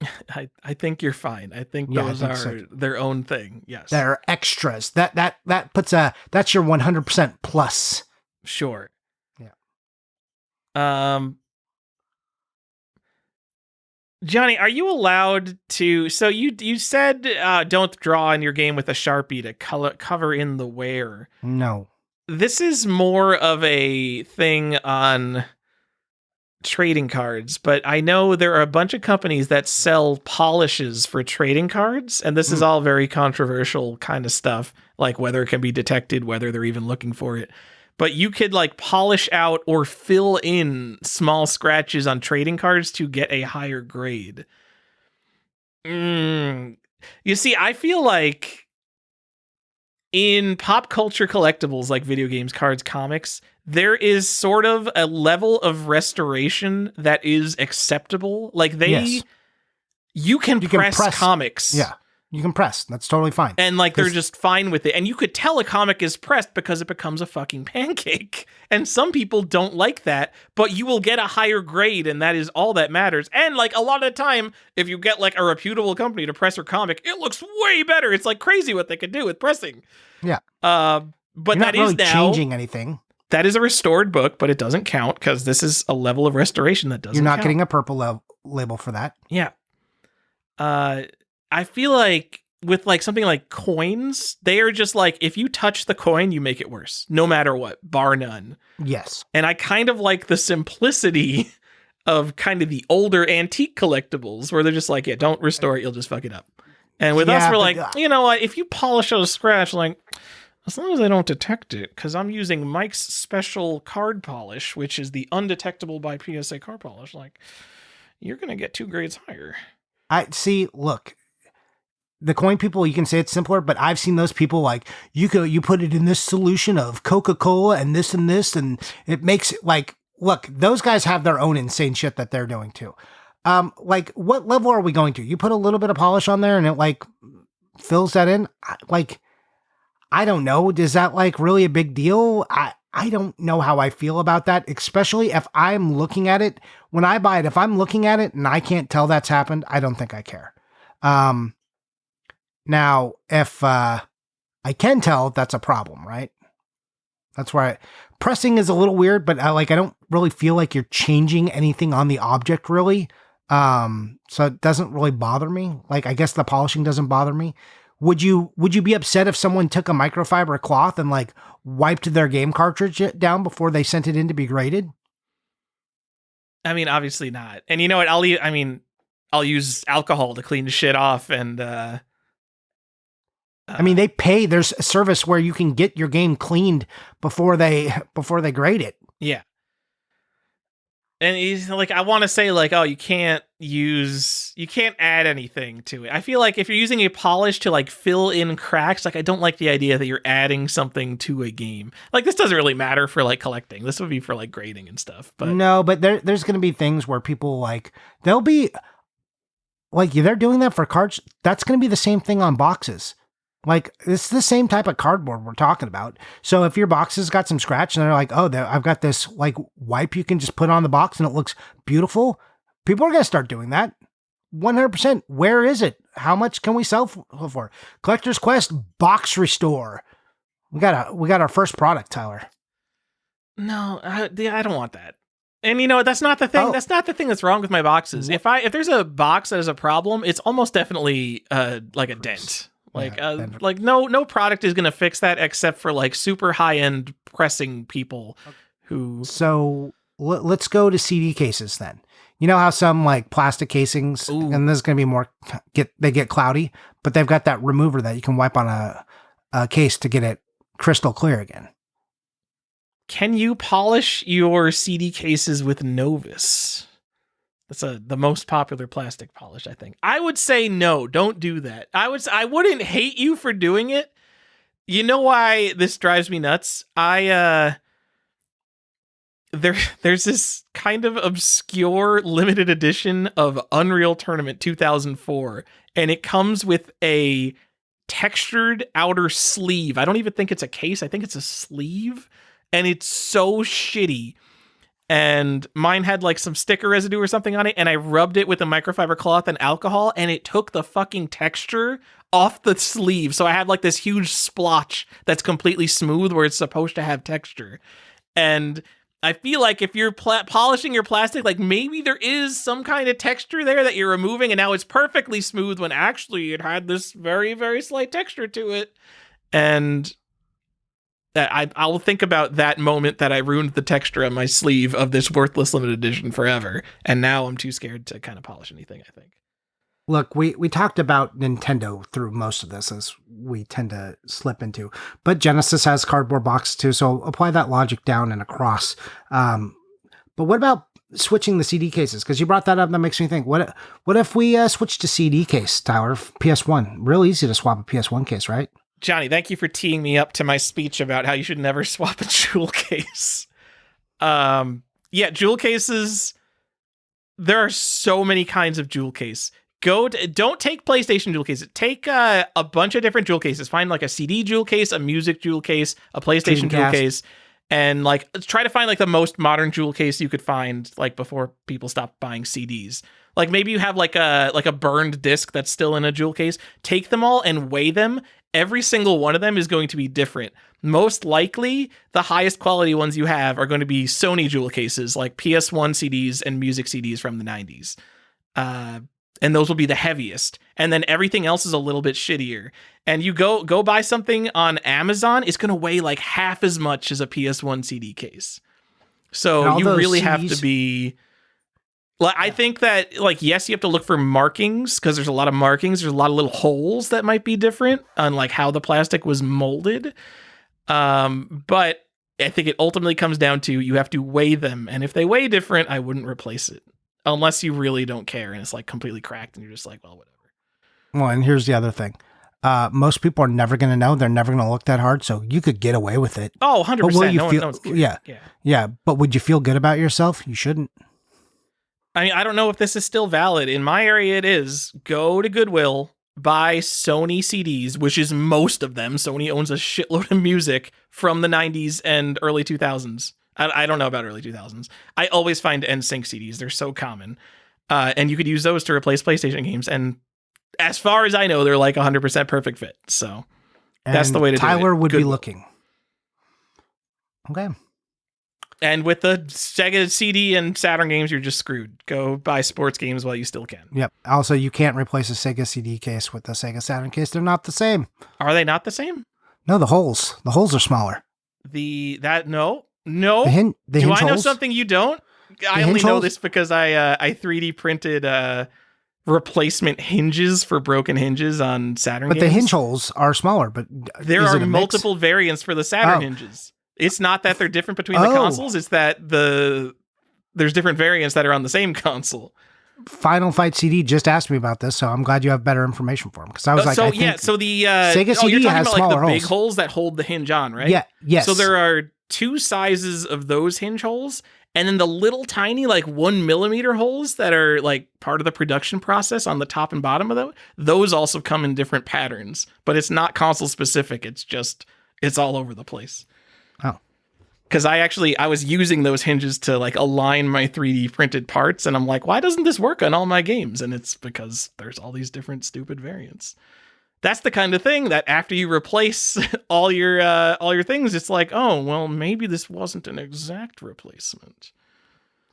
And you're not going to find out for another 10 years. Can you take a Saturn case and use it for your Sega CD game, and it's fine? Johnny, I would not care. Yeah, as long as that's fine. I will deal with it. Much like a Sega, much like a PS1 case, it's not special. It's so ubiquitous and normal that no one gives a shit. Yeah. Okay. Any other examples? We talk about what counts, what makes 100%. Any other items you can think about? Yeah, if you're missing a box flap, it's not complete in box. Oh God, it's complete in 95% of a box. Yeah, if you are missing a percent of the box, you can't call it 100% complete. Get out of here with that. God, missing a box flap. They're damn. Like, we should go through one day. That'd be a fun episode. Like, that'd be a good quick episode for us to rank damage and what is the worst damage. Have we not done that? Whatever. It's been years since we've done it. If we have done that, yeah, let's do that episode. But like a full list of all the different type of damage and how much we hate it. And I can tell you, box flaps missing is going to be high up there. Yeah. All right. Tyler, I think we did it. Like, we should just move on and do a collector's question. Not like 7 of them, just like 1 or 2.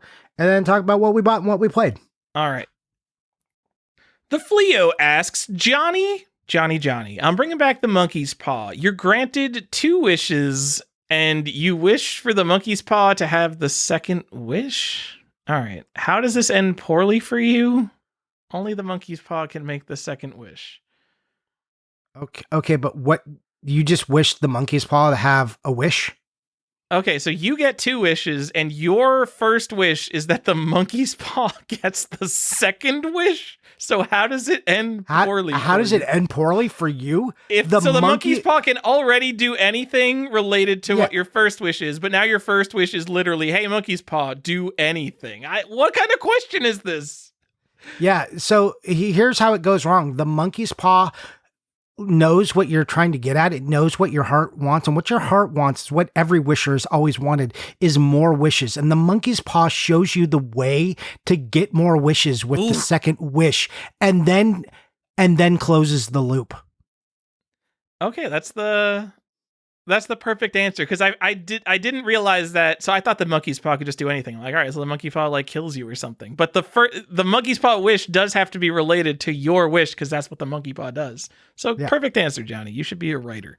I love the monkey's paw. I love when people ask me the monkey's paw. I'm just like, the monkey's paw curls, and here I go. It is one of my favorite things to do.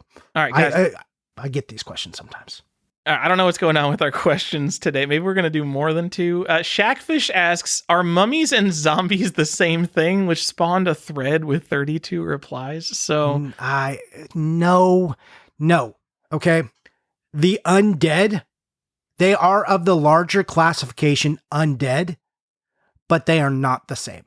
Yeah, I don't understand. Did you guys not learn like kingdom, phylum, class, order, genus, species? Like, did you not go through all that? There's like classifications of things. 2 things can be of the same class without being of the same species. Yeah.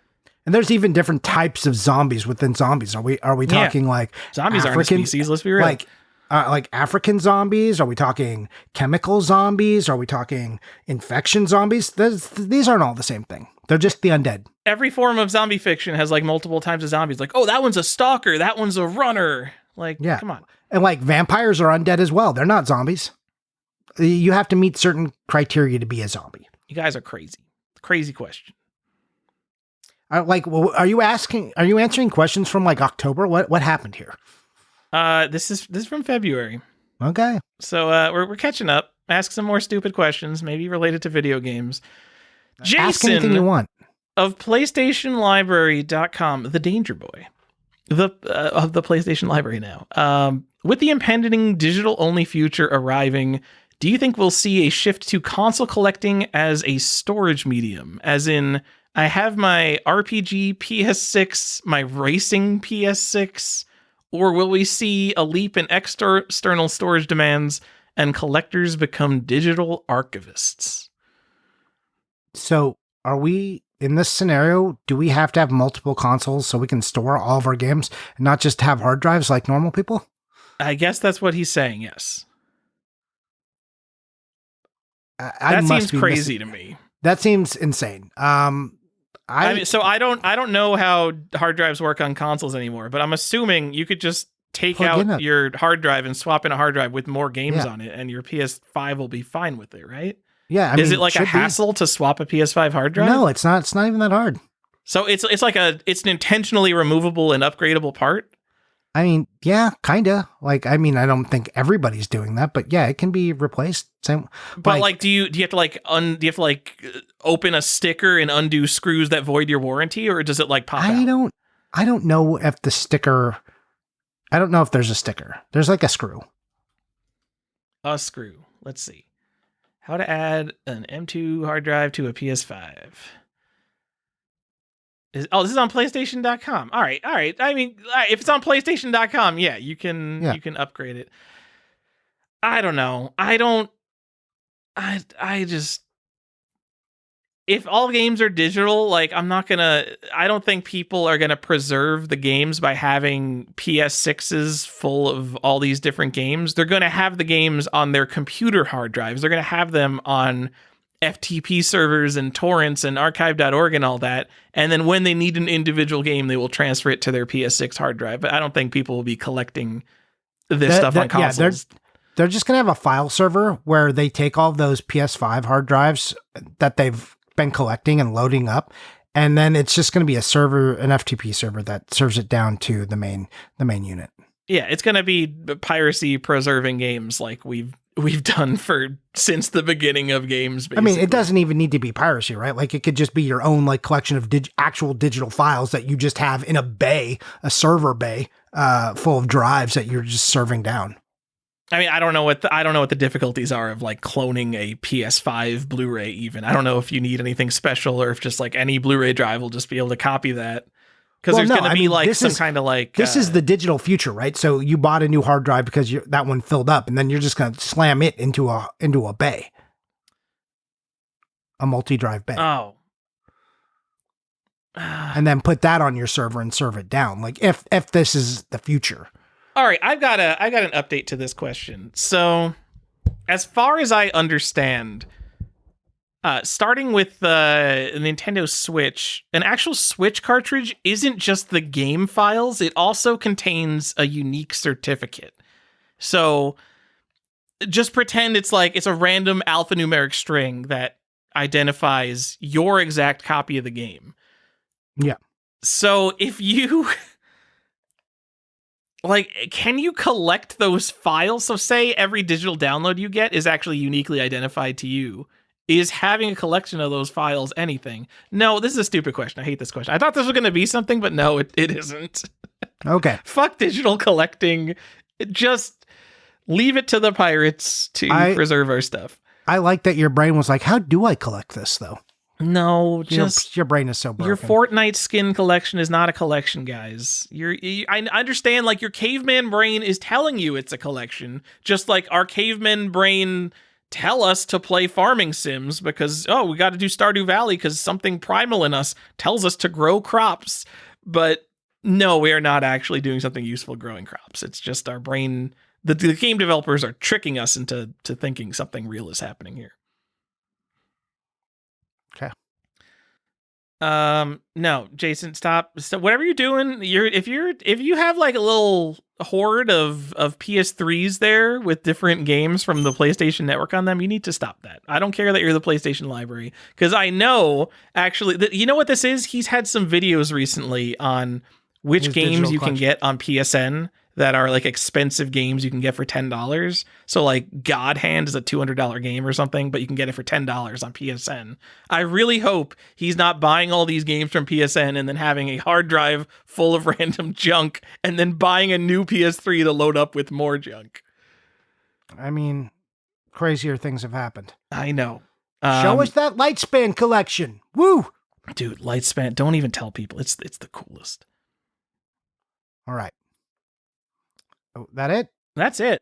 All right, we did it. We answered some questions. Hey, Tyler. What's up? What are you buying and what are you playing? Hey, Johnny. I bought a copy of The Legend of Zelda for NES to get the real baggie. That doesn't sound crazy at all. I posted a mist in the Discord. No one ever buys the stuff I post in the Discord. I posted a mist in the Discord, a first print Macintosh mist. Then I decided it was too nice, and so I bought it myself because it's a box upgrade for me. So you guys got to be quick when I'm posting something in the Discord. Yeah, and I actually have a third thing. I bought a third thing, Johnny. I don't think I mentioned this. I bought a lot of PC Gamer demo discs because I thought it had a disc I needed, and then I realized it didn't have a disc I needed, and then the guy never shipped it, and it got automatically refunded. It was awesome. You lucked out. I lucked out so bad. Saved $48 on that one. You did it. Yeah, that was probably my best purchase of the week. I can't believe you got lucky in this way. You know, I got lucky in a similar way today. I went to Target, Tyler, and I did a drive-up order, and I accidentally bought the wrong soda. I meant to buy the zero version, and I accidentally put in the regular version in my cart. I didn't know because it was like a new brand of like wild cherry cream Pepsi or some nonsense. You know me, I love to try all these weird nonsense flavors they do. Yeah. But because Target is kind of bad at pulling orders sometimes, they gave me the zero ones on accident. Hey, you did it. It's a nice little thing that happened in your day. Yeah, it was just like, oh man, somebody's incompetence worked out for me. I love that for me. Because it usually doesn't, Tyler. This is the thing. We are normally on the wrong end of incompetence. So when it works out for you sometimes, it feels nice. You're like, God, that Should have gone so much worse. Johnny, I've been playing a bunch of different games trying to figure out what I want to play, and I can't figure out what I want to play because I want to play the single player MMO. I want to play a single player MMO that was made in 2003. But it also has to be playable solo. So the game I want never really existed because MMOs weren't really solo until like late, like the middle of WoW, or like probably Wrath of the Lich King WoW. I didn't play WoW. So I don't know. I know WoW was more solo, but then now WoW was like all solo, and now every MMO is all solo. So I want to play a game that doesn't exist. I need someone to make this game. What I have been playing is Abend Sur, which is sort of like Animal Crossing if it was set in the Soviet Union. That's a vibe. Fly Knight, which is King's Field if it was RuneScape and you were a fly. That's something. Kenshi, which is an RTS RPG. It's like Fallout 2 and Morrowind if it was an RTS instead of a RPG. It's a strange game. I like these games where I see people, like I go in the Steam reviews and people have like 8,000 hours. I'm like, all right, this game's clearly got something. And I don't know. I didn't get it. And then I went to Grim Dawn, which is, it's just like Diablo 2 basically. Because I'm trying to chase after something that I don't know what I want. And I think Grim Dawn is like the offline game that I want. It's like Diablo 2, but a little bit more. But it just doesn't. Everything about it is so okay. I want it to be a better game than it is, and it frustrates me. So I don't know what I'm playing. I'm playing all kinds of stuff, Johnny. You're just playing whatever. I'm playing whatever. This is going to be actually a pretty obscure one, but I also did play some Ninja Gaiden 3. Oh, hey. Never heard of that one. Can you tell me a little bit about that? Was it good? I don't know. I mean, maybe you guys should check it out. It might be the best game on NES. For our new listeners, if you haven't listened to the Collector's Quest since like the beginning, it's the best NES game. Go play Ninja Gaiden 3. Yeah, you should do that. Get on that. All right, that's it. You tell me something more interesting. I'm sorry, I don't have a more interesting thing for you. I didn't play any video games, Tyler. I was busy at work, and then I played some Magic the Gathering. I played a draft. That's most of my video games, but that's a card game, so it doesn't even count. I can tell you what I bought. What'd you buy? Because that, being busy didn't stop me. I got some stuff in that arrived. I got a little Zen Market order in. That was nice. Full of some really cool stuff that you've definitely heard of. Do Re Mi Fantasy. You ever heard of that? From you? Yeah. Okay. It's the sequel to Mylan's Secret Castle. It's a very good game. It's in demand. It's it's a little rare. It's a little expensive. And I found one at a decent price. And I was like, I'm going to get that game. And I played some. I take that back. I did play some of that. I only played for about a half hour though. But I did play it because I got it and I booted it up and I was like, oh yeah, I should test this out. Oh, I'm lying to you. I forgot. I had that like one day where I got to play like about an hour's worth of video games because I played this, Tyler. And then in the same order, I got the Fireman 2 for the PlayStation 1. And I played a little bit of that. It's not as good as the Fireman. Really? It's like basically the same, but it like just, the controls are like the spray is a little different, so it doesn't feel quite as good. It's not bad or anything, but it didn't feel quite as clean. It's also a Christmas game. It is. That's awesome. Yeah, I love that these are secret Christmas games. I love that. I mean, they're not a secret, only a secret to us Americans who didn't play it. But yeah. I'm sad that it is not as good because usually like when you have a 3D console that does a 2D game, it's like, oh, damn, this is the best 2D that there ever has been. That's why people love like Sega Saturn games so much. Yeah, no, again, it's not bad or anything. It's just like, it just feels not quite as smooth, but it was still good. I still played it for like a half hour and I was like, man, this game is, it's hard. Like, but you're doing different things. Like I rode on a roller coaster and stuff. Like it was crazy. Ooh. Exciting. And like, with the thing where you have to go under stuff. Yeah, that still happens, Tyler. And it's still like not clear where you're supposed to go. There's like, oh, I'm like that one arrow that just looks like a random sign is actually telling me where I should be walking and not just a random park sign. Cool. All right. So I got that. I got those 2 games. Don't Remake Fantasy is really fun, actually. If you haven't played that, that's a fun game. I wouldn't suggest buying it, but emulating it for sure. Twilight Syndrome, the Forbidden Urban Legend. So I don't know if you know about Twilight Syndrome, but it's like kind of horror RPG that is going on the PS1. And this is kind of an obscure copy that is part of the main storyline, but on the DS. So I bought that. Can't imagine why I bought that. Sounds like a load of bullshit. Yep. So I bought that. I got Shin Agami, which is part of a series. It's like that's basically like visual novel, but it's about like a serial killer, the blind serial killer or something. I can't remember the exact details. I did not play it.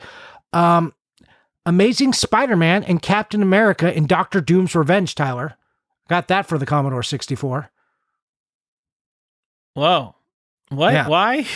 Oh, is that just the other cover art for that Paragon Software game? Well, it's a different game. Yeah, but is the same artist? No, it's not McFarlane. So this is like more 80s art looking. All right.